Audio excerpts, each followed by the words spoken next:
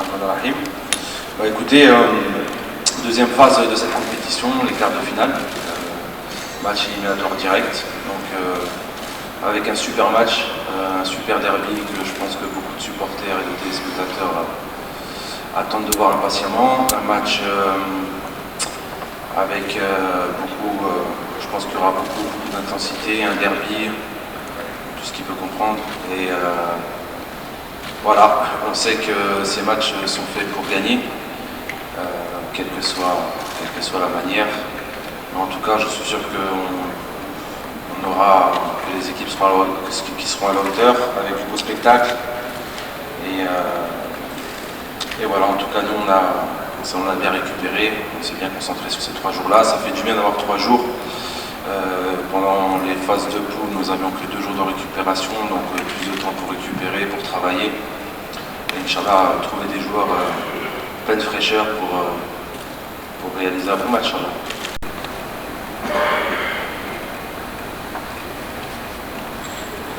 Pour répondre à la première question, bon, c'est le cas de toutes les équipes. C'est vrai qu'une compétition, là, les équipes vont enchaîner 4 matchs en jour. C'est vrai que c'est quelque chose d'assez intense, mais ça fait partie du jeu. Donc, comme je l'ai dit, on a la chance d'avoir un staff médical qui travaille très très bien. On a tout misé sur ça, sur la récupération. C'est vrai que l'équipe du Maroc, sur le dernier match, a fait tourner son équipe. Nous, on a joué contre l'Égypte, c'était un derby, donc il était important aussi pour nous de le gagner, puisqu'on joue chaque match pour justement performer et gagner quel que soit l'adversaire. Donc oui, sur du long terme, plus on approche la finale, plus l'aspect fraîcheur physique est importante. Mais après, voilà, lors des derbies, généralement, tout sera focus sur l'état d'esprit. Et généralement, quand on a envie, quand on veut se surpasser, on peut justement surpasser ce manque physique s'il a lieu d'être. Mais je pense que les joueurs ont très bien récupéré. Et comme je l'ai dit tout à l'heure, les 3 jours entre chaque match, je pense qu'on va faire la différence. Donc voilà. Ensuite, pour l'équipe du Maroc, oui, une équipe qui performe depuis plusieurs années avec l'entraîneur Hamouda. Les joueurs, quasiment tous évoluent dans le championnat local. Voilà, ça c'est une équipe qui n'a pas concédé de but, qui a marqué beaucoup de buts.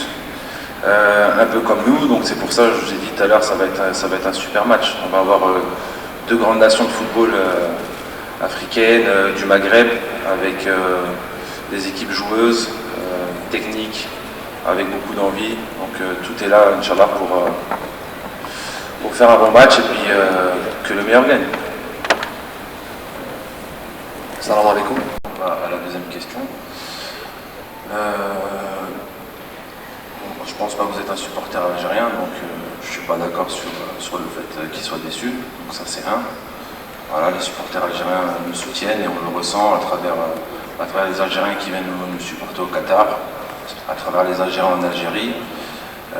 C'est des supporters, voilà, qui sont fidèles. Quel que soit le résultat, l'important c'est de mouiller le maillot.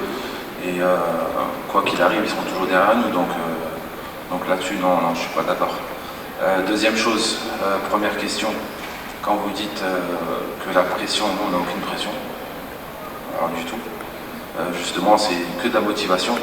Et je le dis depuis le début, cette coupe arabe, nous on a des objectifs personnels à travers l'équipe A et on a des objectifs personnels à travers des joueurs qui évoluent en championnat algérien et tunisien et saoudien. Donc nous on prend les matchs avec beaucoup de confiance, sans pression. Chacun donne le meilleur de soi-même, chacun est fier de représenter l'Algérie, porter ce maillot-là. Zaki a eu l'opportunité de le faire quand il était jeune et le fait qu'il joue dans des grandes compétitions comme ça, c'est très important. J'en passe d'autres, comme Tougaï, comme Moussem, etc.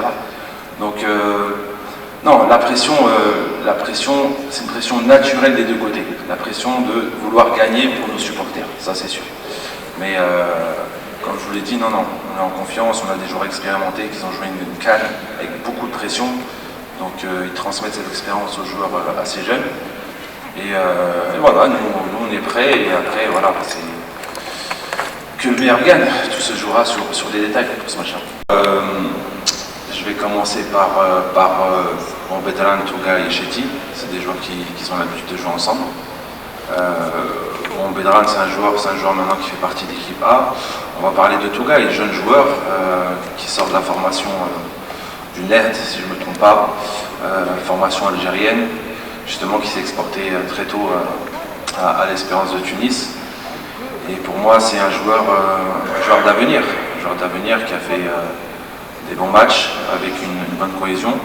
Après, pour le choix tactique ou les choix, c'est sûr que je ne vais pas en parler. Mais en tout cas, sur les derniers matchs, ils ont donné satisfaction.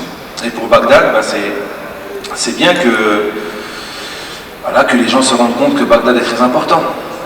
C'est vrai qu'il y a des situations où, lors du deuxième match, où certaines critiques, et quand il n'est pas là, les gens ils disent « Touhach au Bagdad ». Donc non, c'est quelqu'un qui pèse énormément dans les défenses, même si des fois il n'a pas l'opportunité de marquer, il est là, il met de la pression sur les défenseurs, il crée des espaces. À l'heure d'aujourd'hui, c'est statistique si on compte pas l'Égypte, parce qu'il est sorti à la mi-temps, il a 2 buts, une passe D, donc il est dans les clous, et il a une mentalité de gagneur.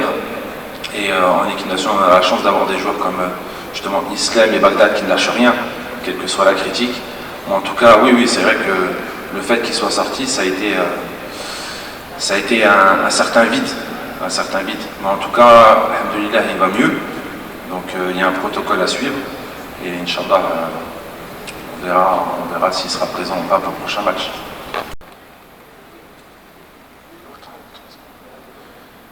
C'est le travail tactique qu'on a fait avant le match de l'Égypte. Bon, je vais revenir brièvement sur ce match-là, mais c'est vrai que la force était beaucoup sur les côtés, avec des doublements, des joueurs qui vous aspirent, qui partent en profondeur. Donc c'est pour ça aussi qu'on a vu nos latéraux pas trop monter. Il serait bête de faire monter les latéraux et se faire avoir en contre-attaque, surtout qu'ils ont des latéraux qui vont à 2000 à l'heure. Donc voilà, oui, après c'est une question de discipline tactique, de lecture de jeu, de concentration. Et on l'a vu, l'équipe l'a bien fait sur 60 minutes. Et il y a eu un petit vide, comme toute équipe et comme tout match, il y a toujours un petit quart d'heure où qu'une équipe flanche. Et à partir de là, quand on voit les 10 dernières minutes, l'équipe s'est restabilisée tactiquement. C'est vrai qu'on avait moins de poids offensivement. Mais voilà, comme je l'ai dit, Bagdad c'est un joueur important. Mais voilà, on a d'autres idées en tête. Ce match-là sert d'expérience. Donc voilà, mais en tout cas, c'est juste une question de concentration et de mentalité. En fait, le choix de Soudani, puisqu'on va parler de Hilal Soudani, sachant qu'on avait mis Youssef devant, justement, comme les latéraux étaient très importants, étaient une force pour l'Égypte, il fallait absolument fermer les côtés. Donc j'ai mis Soudani un peu en pointe, justement pour attendre que Youssef passe devant et que je mette Soudani à droite. Donc si j'aurais mis un attaquant sur ce moment-là, en fait c'était plus défensif. Ce choix était plus défensif, c'était pour fermer les couloirs. Et non, pas de regret, beaucoup d'apprentissage, ça c'est sûr, on apprend tous les jours, on n'est pas... On l'a toujours approuvé, on a tout approuvé et ça fait partie du jeu, ça fait partie de l'expérience. Mais on sait que voilà, des fois il y a des choix à faire.